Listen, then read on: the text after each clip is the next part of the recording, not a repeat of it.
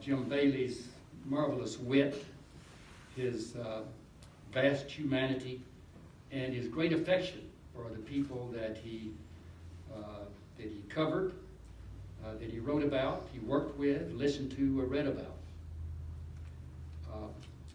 I think that he looked at all of us, all of his friends and all of his co-workers and the people he wrote about. He looked at all of us and our foibles with a sort of a sense of affectionate amusement. You know, Jim had no enemies. He harbored no grievances against anyone, as far as I ever knew. Although he could shake his head a little ruefully about the nitwits at Gannett that sent down to tell us how to put out a newspaper. But Jim, even then, would be kind about that. It was just the poor upbringing in White Plains, New York, or wherever they were from. When I went to work at the Gazette in 1960, Patrick J. Owens, who was a shabby, wild-looking, scruffy reporter from Hungry Horse, Montana, told me that if I needed any instruction in writing, and clearly he thought I did, that I should just read Jim Bailey's sports stories, where there was never a wasted word. I always overwrote, and I assume that's why he touted me to Jim Bailey. But I already knew that. I had met Jim Bailey some years earlier when I was a student at Henderson State Teachers College before the president there ran me off. And Jim would come down to cover the football games of the Henderson Reddies. He'd come down to see the Reddies get clobbered by the Mule Riders, his team from Southern State or wherever. And I was kind of a student correspondent to that time. He took care, when Bailey wasn't there, I would try to get together some material and call it into the Gazette and the Democrat so that the Reddies could get some publicity for their defeats. And later at the Gazette, when I went to the Gazette in 1960, he and I would cram ourselves into my little tiny Carmen Gia. You're familiar with the Carmen Gias, they're about this tall, and Bailey and I took a while for both of us to get crammed in there. We would drive down to Arkadelphia or wherever, to Russellville or someplace to see the Reddies get crushed by the Boll Weevils or the Wonder Boys or somebody. And the stories all the way down and back, it would just be stories would flow from Jim Bailey. And it was a great delight. Everybody here who ever worked at the Gazette, I'm sure most of you traveled with Bailey at one point. He didn't drive, so you know, he would bum a ride for somebody. Everybody's always eager to take Bailey wherever, just to hear his stories. But I always tried to read Bailey's game stories, not because I gave a flip whether the Wonder Boys beat the Mule Riders, but or vice versa, but because there was nearly always in every story there'd be a nugget there that you needed to read, a wry sentence about some aspect of the Titanic struggle on the field. When I was at Henderson, we had a tailback in the old single wing. Those of you familiar with the single wing. And a big lanky guy who couldn't run, and he was very slow, couldn't run, and he couldn't pass, which is not a good deal when you're running the single wing. But Bailey's stories would record how he somehow gutted it out and kept his hapless teammates in the game. And he humanized Jimmy Baker, and I had an occasional class with Baker, and I always looked on him a little differently after reading that. Jim didn't report on the offensive strategies, the defensive strategies and such. He reported on people. That was his fascination, people. The best stuff he did were not the game accounts or the locker room accounts after the games. But there were columns which were often about the friends he made in the newspaper business, in the sports writing business. The great boxers, Archie Moore and Sonny Liston. Sonny Liston's mama, it was his great friend. And the legendary boxing trainer, Cus D'Amato, who handled Floyd Patterson and Mike Tyson. And the old Phillies like Alex Johnson and Richie Allen, who had spent some tormented summers with the Travelers in segregated Little Rock before going on to the equally bigoted Philly. Bailey got to know Cus D'Amato when he took a train down to Houston to cover the Muhammad Ali-Ernie Terrell heavyweight match, along with the rest of the boxing world was down there for that fight. So Bailey and D'Amato spent the day together, and then a long train ride back from Houston to Little Rock, and talking all the way and parting at midnight when Bailey got off the train, and Cus kept on going to all the way back to New York. And Jim got a few columns about that for years to come. You can find nuggets in these columns about his discussions with Cus D'Amato. And I don't know how he got to be friends with Archie Moore. They were lifetime friends. Archie was the all-time great light heavyweight champion of the world and the all-time boxing leader in knockouts. He kept fighting until he was nearly 50. He had been fighting 20 years when he finally got a shot at the unbeaten Rocky Marciano for the heavyweight title of the world. And Jim said that Archie actually knocked Marciano down, but lost when the fight was stopped in the 9th round.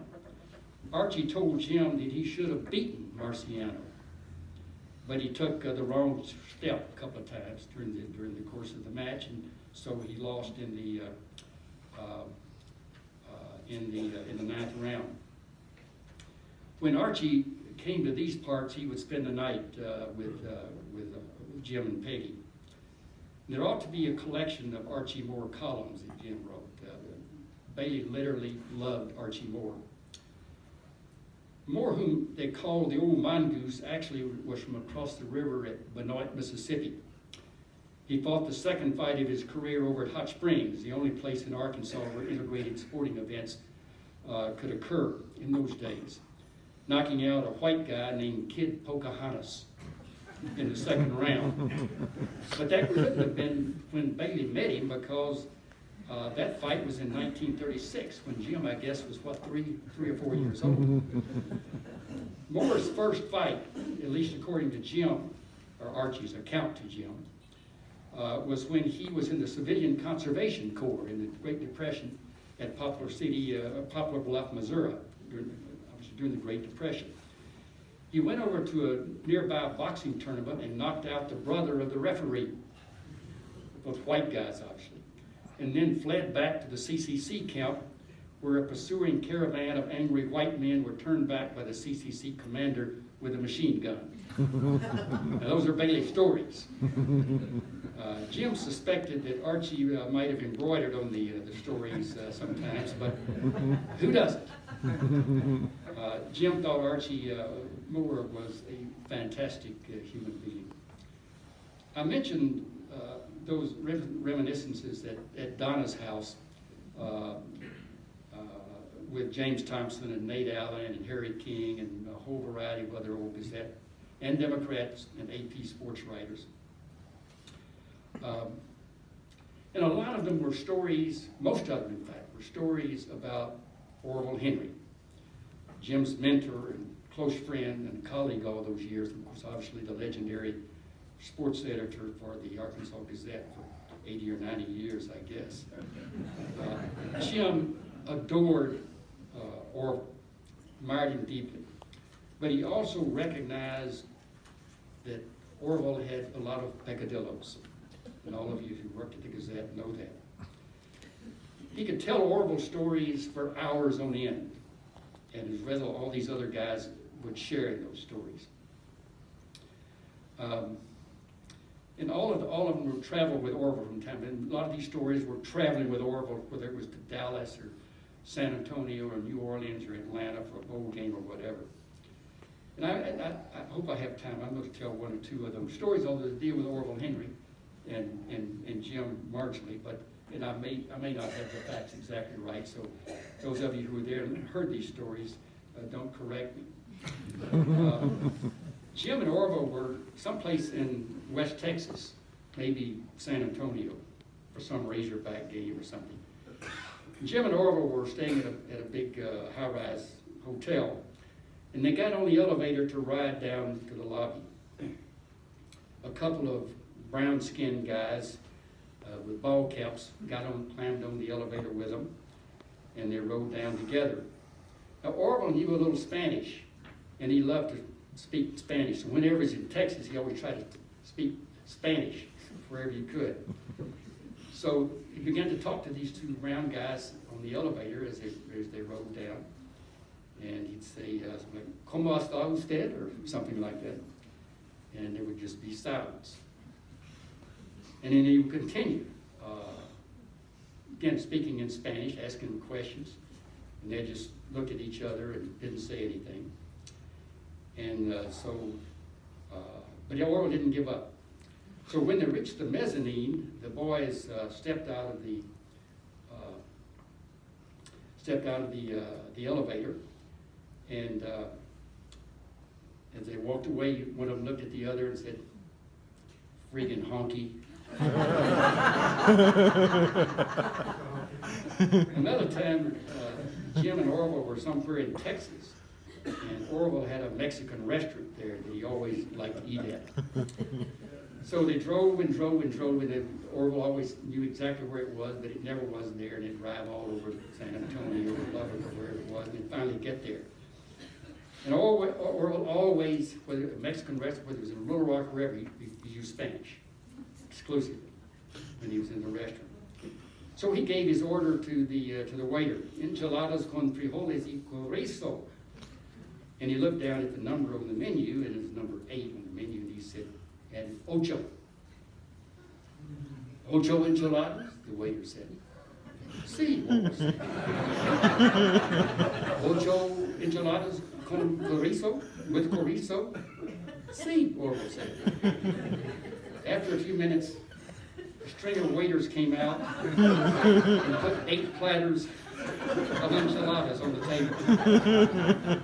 Orville never said a word. He stared at all the platters and started eating. Orville was a light eater. And he asked for boxes. And he took all 7 eaters back to the hotel with him. That's Bailey's account.